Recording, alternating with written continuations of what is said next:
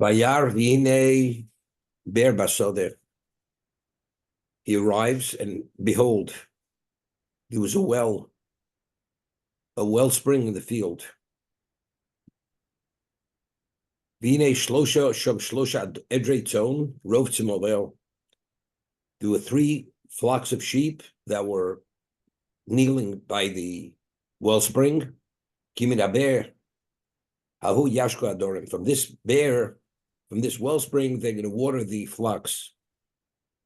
There was a large boulder on the mouth of the well.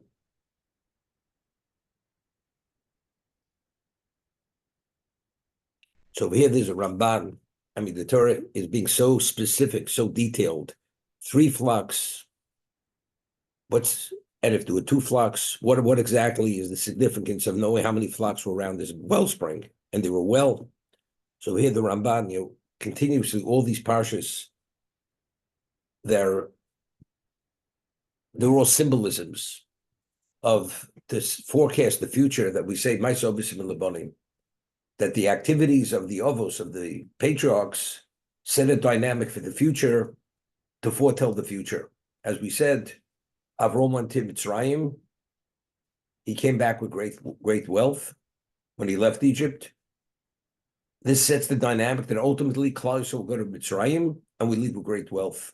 We spoke about last week about Yitzchak digging the wells. The first well was called Asek, Sitna, and then there was Rehovos, the third well. Ramban again says, why is the Torah speaking about wells? It seems to be it's really overdoing it. It's not really. Why is it significant for us to know this? Because the well springs, the wells represent, each one represents the Beis Hamikdash, because the Beis Hamikdash is the source of all life, of all existence. It's Ber Mayim Chaim. It's the living wellspring. So Yitzchak's digging the wells sets the dynamic for the future, that there can be 3 Batei Mikdash. There can be 3 temples. The first 2 are temporary. The third one's going to be permanent. The 3 beros, the 3 flocks around the well, what does that signify?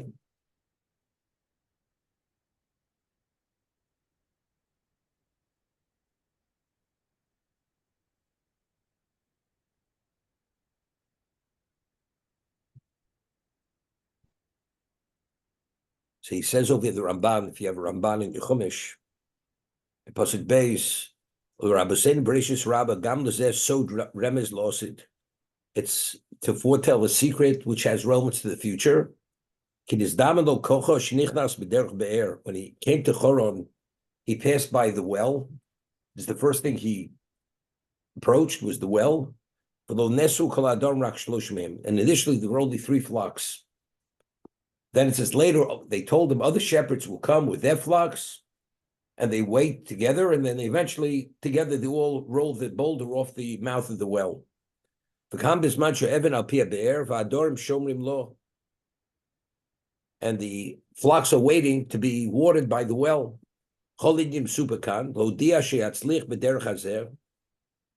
It's to indicate that ultimately Yaakov will succeed, and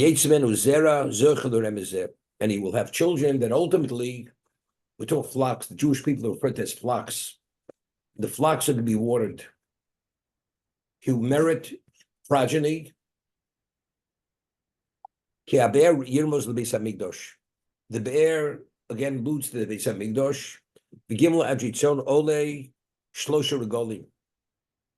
3 Batei Mikdash, and the number 3 refers to the 3 regalim. From this wellspring, from the Beis Hamikdash, the flocks will actually have their spiritual sustenance. There's an obligation to visit the Temple Mount 3 times a year. As the Gemara tells in Sukkah, Simchas Beis HaShoeva. Why was it called Simchas Beis HaShoeva? Besides, they would draw water for the water libations, and they would dance and celebrate, and only the most advanced Jews would dance. The greatest Tanoim would dance, and all the people would watch. And it says they would be shoyv ruach hakodesh. They would be drawn from this event spiritual divination. They'd be spiritually inspired. Kimitzion Tetzi Torah, quotes the Pasuk Yeshaya. Kimitzion Tetzi Sora, Shem Nimshul Lamayim, Dvar Hashem Yerushalayim. From Tzion comes Torah, which is compared to water. Udvar Hashem Yerushalayim. V'nesu Shoma Kol Adorim Boim, Milovu Chamos Adnachu Mitzrayim, V'gilu Esa Even V'yishlu. Regarding, they will come from Nachum Mitzrayim, V'shim Shoma Yushovim, Ruach HaKodesh, V'yishivos Even, and then they will put it back. That's what they said. They would remove the boulder, water the flocks, put it back until the next time. We would visit, we would go and we would draw the Ruach HaKodesh from the source of, which is Torah, which the source of all Torah emanates from the location of the Shekhinah, and then we would leave, put the boulder back, come back a second time and a third time. Munach l'regel abo. We put the boulder back and remain there regel abo. It's a very interesting. The whole significance, they said, we remove the boulder, we water the flocks, and when we finish, we put it back, and then we come back for the future. When we say Kinisio Tetzi Sora, Dvar Hashem Yerushalayim, it's continuous. I mean, what about if you visit the Temple Mount, not during the Regalim? Seems to be you can't draw the same degree of Ruach HaKodesh. It's only specifically during the Regalim. Seemingly, if that is, the Gemara tells us in Shabbos, the Beis Hamikdash is called Even HaShoeva. Even HaShoeva, the rock in the Holy of Holies, which during Bayis Sheni, but the Bayis Rishon, the Oron stood on that rock. That was the rock where the Akedah took place. The Akedah took place, and the Gemara says it's just a few inches out of the ground. And on that rock, that's where Avram built the Mizbeach, the altar for the Akedah. Ultimately, the Oron was on that. In Bayis Sheni, there was no Oron in Bayis Sheni. But that the Kohen Gadol went into the Holy of Holies, that was the location. But why is it called Shoeva? Because all sustenance to the world is drawn from that location, from the Kodesh Kadoshim, because that's the location of the Shekhinah. So if it's the location of the Shekhinah is there 365 days a year. It's not only there during the Regalim. So why is it only? He says it's alluding that during the Regalim we'll go there to be Shoev Ruach HaKodesh, to draw this Ruach, this divine connection, that we put the boulder back till the next time. I mean, seemingly, if it's the location of Shekhinah, we could always draw Ruach HaKodesh from there. Evidently, it's indicated it's not the same, and that's the symbolism putting the rock back. Now, we'd mentioned many times. The Gemara tells us, the Mishnah tells us, Pirkei Avos, that if you have 10 people studying Torah, Shechini Moim, the Shechin is with them. If you have 5 Shechini Moim, 3 Shechini Moim, 2 Shechini, even 1 Shechini Moim.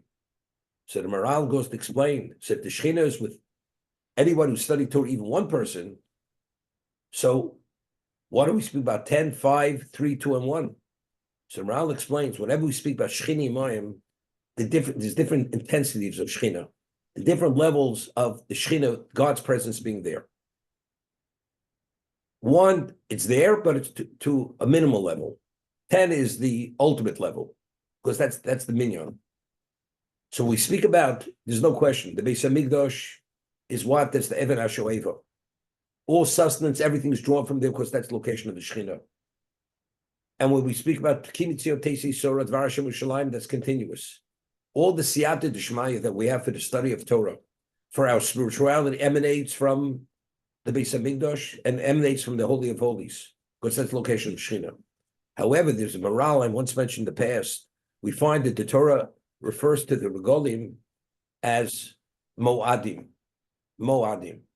First of all, why the Regalim? The fence is called Regalim, because people, there's an obligation to be Ola Regel. When you ascended the Temple Mount, you had to ascend with your feet. That's Ola Regalim. That's the reason why the Regalim are referred to as Regalim. But yet the Torah refers to the Yom Tovim as Moadim. Elu Moadei Hashem, Shetikros Moadei Kodesh. These are the Moadei Hashem. These are the festivals of Hashem, and you should declare them as Modei Kodesh. But what's Moed? So the Maral explains that we find that when the Shechina would speak with Moshe Rabbeinu, so Hashem says to Moshe, "V'no'ati l'cho mi bein shnei akruvim." I will meet you, as it says. Rashi cites the Chazal. The Shechina would come down from Shamayim, and it would pass through the cherubs, between the cherubs that were on top of the Aron, and that's how the communication came to Moshe Rabbeinu. So v'no'ati l'cho bein shnei akruvim, I will meet you. It's an indication of meeting. It's a degree of intimacy. That's the Moadim. He says that during the Moadim, the level of Hashem's relationship with us is on an intimate level, which doesn't exist throughout the year. That's Elu Moadei Hashem. And therefore, the Siyata Deshmaya we have on many levels, the Bracha, is during the Moadim, which doesn't exist throughout the year. That there's something unique about that. As a result of that, when the Ramban says in the name of the Midrash that during the year Klal Yisrael comes to be Shoev Ruach HaKodesh, but we're able to draw during that time, it's only those times. Because at that time, it's Moadim. There's this closeness which exists then. After Yom Tov is over, that level of closeness is no longer the same. It's like we say during our Sefer Tshuva, Yusha Hashem b'motzav krov yosekorov. You should seek out Hashem when he's found and call him when he's close. During that 10-day period from Rosh Hashanah through Yom Kippur, there's a certain degree of closeness which doesn't exist throughout the year. So every period of time has its uniqueness in terms of our level of relationship with HaKadosh Baruch Hu. The Moadim are they also have a unique relationship. And that's what they call Moadim. Therefore, that's what it says.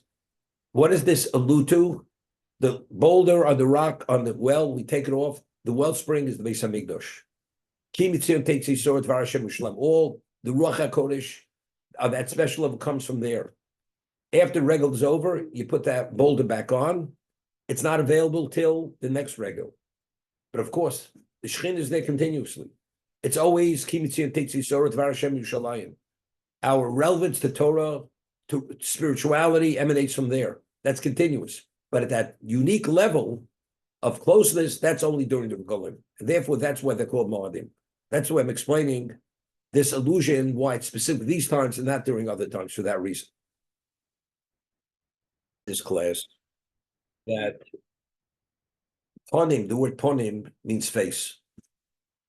But the word ponim without the vowels could be read pinim, meaning on one's face reflects what exists within the person. One's neshama is reflected, and all his characteristics on one's face. And so therefore there's such a thing known as chochmas hapartzuf, that if you could read a person's face, you can understand his spiritual makeup and many other things. It was known that the Arizal,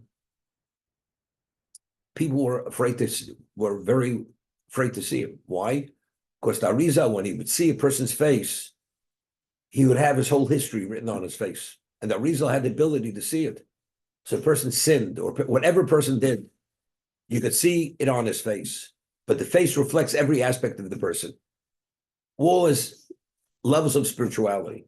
It's known that when a Jew dies, so there's preparation for burial. It's called Torah. There's a purification process before they put on the tachrichim, the shrouds. So the Chevra Kadisha, the people who are trained to do this, they do it with tremendous respect. Because the Gemara says at the end of Shabbos that the neshama hovers over the body until the body is interred in the ground. So the Shechin is present. And that's why after the Torah, the group, they ask mechila, they ask forgiveness from the person, that if they didn't act fully, respectfully, appropriately, they ask forgiveness, that the person should forgive them. Like the family usually asks mechila, people ask mechila at a funeral. They ask forgiveness from the person, because the person is there, the neshama is there, hovering over the body. And that's what people could speak to that person before it's interred in the ground. So it's known that the Chevra Kadisha, when they cleanse the body and they have to cleanse the face and the forehead, they don't gaze at the face. Why? Because although we're not privy to see and understand what's on the face, but the whole life record, all one's sins is on the face. So if they would gaze at the face, although the people don't realize what they're looking at, but factually, every sin, whatever happened in that person's life is inscribed on his face. So it would be a disrespect for them to look at the face. So therefore, even when they clean the face, it's like they're not really gazing at it. It's just like in passing, they clean the face, because otherwise it would be an embarrassment to the person, because everything is inscribed on the face. One's whole life's record is on one's face. Okay, it's a known fact. So ponim is pinim. What is the mitzvah of aliyas haregel? So the Torah says there's a mitzvah liros es pnei ha'odon elokim, to see the countenance of Hashem 3 times a year. Every Jew has to come to the Temple Mount. We bring a olas riyah, we bring a burnt offering. We bring a chagiga, which is a shlomim, which we eat in Yerushalayim, and we bring a burnt offering, which is called olas riyah. It's a burnt offering for the regel, for our ascent to the Temple Mount. And what is the objective?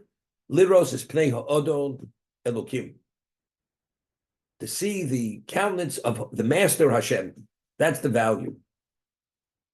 I mean, Hashem's infinite. So just as when we look at a person's face, we're not able to understand what that face represents, but it represents everything, which is the totality of the person. Although, as the Reb Chaim Volozhin says, even the greatest angel cannot fathom Hashem, because anything which is finite cannot fathom the infinite. But when we go to the Beis Hamikdash, what do we see? We see the Pnei. We see the Pnei Odon Hashem. But we see that we're looking at the totality of Hashem. Although we have no relevance to being able to fathom what that is, because it's infinite, but what are we exposed to? We're exposed to a representation that represents Pnei Hashem Elokim. That's the location of the Shekhinah. That's the Beis Hamikdash. And it's only 3 times a year. That special level of Shekhinah which we're exposed to is only when the rock is taken off that living wellspring, which is the 3 regolim. After regel, maybe a location of Shekhinah, but you no longer see the Pnei Hashem Elokim. You no longer see his countenance. In Sim Shalom, we say, Ki ba'or panech nosat lodu, Torah Chaim b'avos chesed, right? We say in the last bracha of Shmon Esrei, at Sinai, Ki ba'or panech nosat lodu Hashem located Torah Chaim b'avos chesed. What happened at Sinai? We were exposed. The Jews, they prophesied in the wake state. What were we exposed there? Hashem brought heaven to earth. Hashem's presence was there at Kabbalas Torah. All the impurity of the snake, of the Nochosh, the Gemara says was Poskazu Amosan. The spiritual pollution which happened as a result of this serpent with Chava, that was vaporized. The impurity of the Eitz Hadas, that remained with us. And that's why we have all our challenges. But there was another level of impurity which would have made it impossible for us to have the sensitivity to make choices. That was vaporized. And that's why we have relevance to Torah mitzvos, and the Gentile does not. The non-Jew does not. Because he still has the zuama. He has that spiritual pollution of the Eitz Hadas. Therefore, his sensitivities are not sufficient that he can make the discernments, the bechira that we have, he's not able to do. Because Shekhinah, Sinai was the most intense level of Hashem's presence. Therefore, it vaporized a certain degree. Initially, if we wouldn't have sinned with Chet Egel, we reverted back to pre-sin of Adam. That was the intensity. That was Or Panecha. Kiv Or Panecha L'Sat Lord Hashem L'Kei Torah Chaim V'Avos Chesed. The illumination of your countenance, you gave us Torah Chaim V'Avos Chesed. That was the giving of Torah. That's when we became the Goy Kodesh. That's when we became the Mamlech Spoanim. We became the kingly priestly nation at that moment. So this is the same idea. Did we understand what we were seeing? We didn't understand what we were seeing. We find that by Yam Kriyas Yam Suf says, we said Zekeli Zambeyu. So Rashi cites Chazal the Medrash. God's presence was so palpable that we were able to point with the finger. And over there it says that Mashiros Shivcha Layam, what the maidservant saw on the Yam, on the sea, Yecheskel did not see. And we explained, what did we see? We saw Malchus Kolobi. We saw the kingship of Hashem at Kriyas Samsov. Now, what the maidservant, what she saw, and what Nachshon ben Amidov or Aaron saw, did they see the same thing? They were looking at the same thing, but what they understood, because of who they were, each one understood something else. Based on their own spiritual dimension and their capacity, they were exposed to identically the same thing. But one was impacted differently because he understood what he was looking at. But as much as you understood, it's still within limitation. At Sinai, we saw we had the light of the countenance of Hashem. We saw his countenance. Each person saw it at his own level. But whatever we saw, we could not fathom his countenance, what it represents, because it's infinite. But the effect, the impact was there because we were exposed to Panecha, which is a representation of the infinite. We find in two locations in the Torah the word Vayashkifu or Hashkofa. When the angels went to Sodom, it says Vayashkifu apnei Sodom.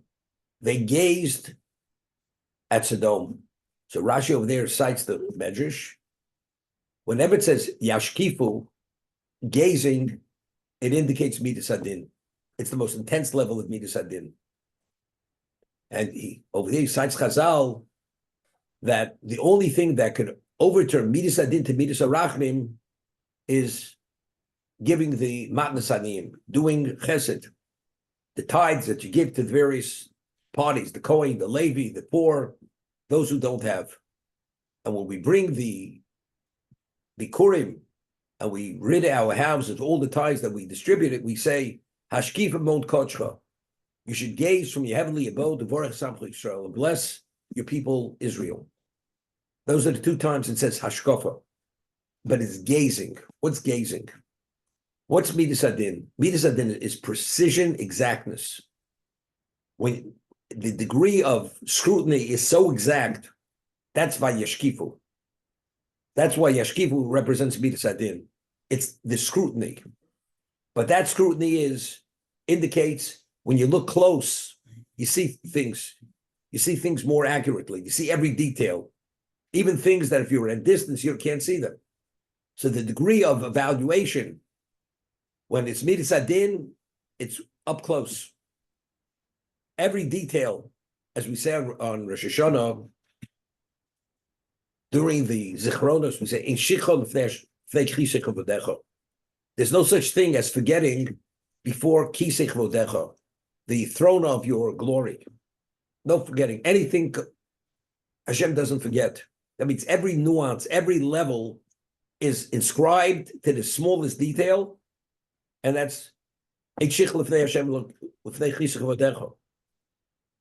so that represents gazing. We say initially before Tkiyah Shofar, Hashem sits on Kisei Din, and when he hears the shofar, he sits on Kisei Rachmim. He descends from the throne of Din, and he ascends the throne of Rachmim. That's what the shofar, it overturns the Midas Hadin to Midas Rachmim. That's what it does. But in what context? In the context of gazing. The gazing indicates it's a degree of closeness.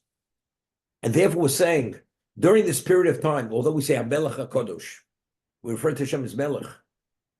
And we say, when we say the bracha of Hashiva Shavtein Kvirushin of Yatzin Gatchiloch, we say, Melech Ohev Tzedakah Mishpat. The king who loves, right? Melech Ohev Tzedakah Mishpat. Righteousness and justice. When we speak of Hashem as Melech, Melech indicates, right? Melech ben Mishpat Yamid Oretz. The king, through justice, he establishes order in the land. That means setting order. So the 10-day period, Hashem is Melech. Melech means there's a closeness. Of course, a Melech B'Olam, there's a concern. He's concerned for us. He's our Melech. Avinu Malkeinu. He may be the king of the world, but the personalization is between us and him. Nobody else. He's Melech Olam. That's what he is. We are his subjects. If there's a subject, he's the king. There's that relationship between us and him. During the Aseres Tshuva, we refer to him as Melech HaKodosh. That means he's functioning at a level of closeness during this period of time, which is not during other times. As a Melech at the up close front. So, and what does Shofar do? We overturn Midas Adin to Midas Arachmim. And as Yom Kippur comes, that's the ultimate day of Rachmim. We had mentioned, if you remember the name of the Shalom, that if one violates Yom Kippur, the liability is only Koris. It's not death penalty. So the Shalom HaKodesh asks, I mean, if it's the holiest day of the year, if one violates Yom Kippur, the liability should be no different than Shabbos. So he says the Midas HaRachmim of Yom Kippur is so overwhelming, it doesn't allow the person to be put to death. It doesn't allow it. That's the Midas HaRachmim. But that Midas HaRachmim is within the context of Melech HaKodosh. It's like a person takes care of his child. It's Avinu Malkeinu. We're princes, and the relationship between the king and the prince. That's what it is during this time. As a result of that, we merit in the ultimate level of Midas HaRachmim, which is Yom Kippur. And that's when Luchas Shinios, why is Yom Kippur the 10th day? That's when Moshe Rabbeinu came down with the second set of tablets, which reinstated us to be the Am Kodosh, the Goy Kodosh, and the Mamlechus Kohanim, which is Yom Kippur. That was the ultimate, like, reuniting us, reinstating us with Hashem. But again, I'm only, giving tidbits of what I understand, but to really understand what we don't have the capacity to relate to what this is all about. Of course, you're Makubal, you're well versed in all Kabbalah, the Kisei Arizal, the Zohar, at many levels. You have greater, but it's greater as the understanding you have, you don't have it all. Because we're dealing with what? With the infinite. And at best, we're exposed to Ponecho. We see the counts of Hashem on the regel, but to understand what that is, we don't understand what that is. It's only what it represents. So there's a way to think about. Ramban writes in Chumash that Moshe Rabbeinu was a scribe, just recording the words of Hashem. Hashem says, Bereshis bara Elokim. Moshe Rabbeinu writes, Moshe Rabbeinu wrote 13 Sifrei Torah, blessed day of his life. He was like a scribe recording the words of the master. That means when we study every word in the Torah we study, these are the words that Hashem had actually said to Moshe to record. These words, the words that Yeshua studied, Moshe Rabbeinu studied. These same words, the exact same word. When we say, those words, when we speak about the rock, the words, those words, Moshe Rabbeinu said those same words. Abai and Rava, every one of them. Hillel, every one. So what lies in these words? We say in Pirkei Avos, Hafach bo, Hafach bo, Kula bo.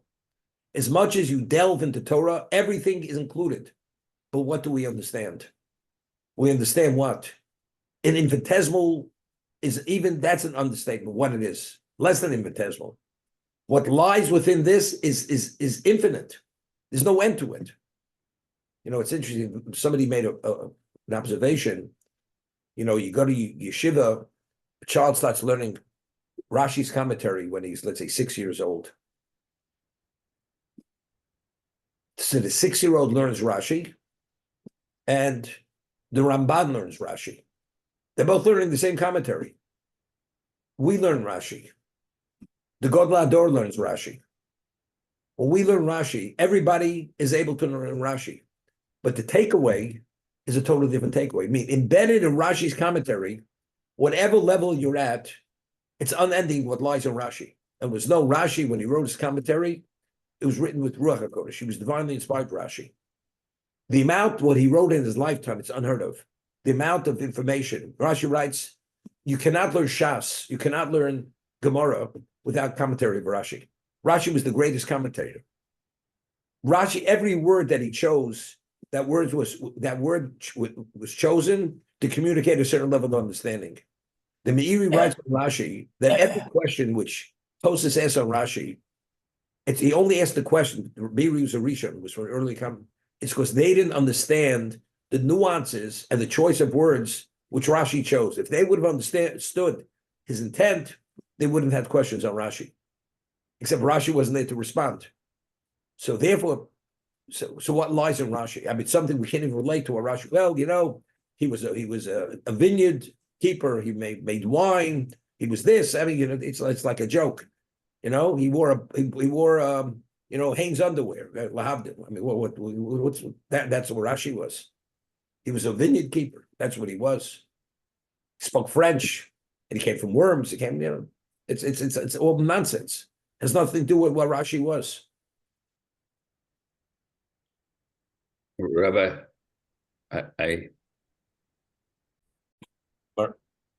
Maral Thrag had a brother who was blind. He was blind. And his brother was a very holy man, the Maral's brother. And he said he had a certain Gemara in Shabbos he couldn't understand. The Gemara says that if you're lost in the desert, you lose count of the day, you don't know what day of the week it is. It's Pikuach Nefesh.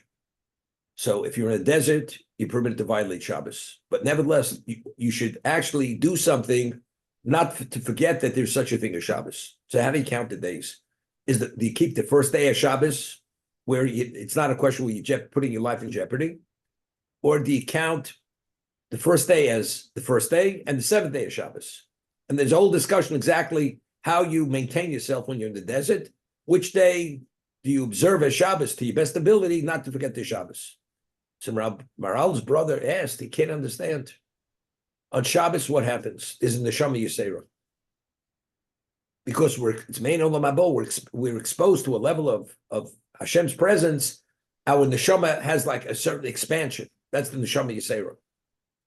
So he says, how could you be in the desert? How could you not be aware of Shabbos? How could you not feel Kedusha Shabbos? It's obvious. If it's made olam haba, you feel it immediately. That was his question. That's why he couldn't understand the Gemara. So he felt it. We feel what that is, what he's talking about. The average person has no idea. If I wouldn't tell you it's the seventh day of the week, you think it's maybe Monday. So the different intensities, and you have to have a certain type of neshama, be at a certain level to sense the nuances of difference, whether it's Shabbos, whether it's Rosh Hashanah, whether it's the Regalim, or whether it's any other day, or it's Rosh Chodesh. Rosh Chodesh is also Yom Tov, but it's the lesser of all the Yom Tovim, Rosh Chodesh. That's all I'm explaining.